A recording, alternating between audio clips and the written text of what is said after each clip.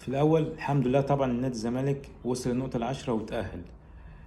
برغم اختلاف مع كابتن معتمد جمال في التشكيل اللي بدأ بيه، وبالذات إصراره على سيف الدين الجزيري إنه بيلعب مع إن هو مش شايف قدامه بقاله فترة. والاختراع الجديد عمله لنا الناصر منسي بيلعب وينج شمال أو مهاجم شمال، وهو ده أبدا ما ينفعش يلعب في المركز ده، لان ناصر منسي مش اولا مش لعيب سريع، ثانيا مش قوي في موقف واحد على واحد، ثالثا ما ينفعش يلعب في المركز ده، عمره ما لعبه قبل كده. ناصر منسي هو مهاجم صندوق، تحطه جوه الصندوق يعرف يتحرك، وشفناه بعد ما طلع سيف الدين الجزيري لما اتحط في مركزه اتحسن.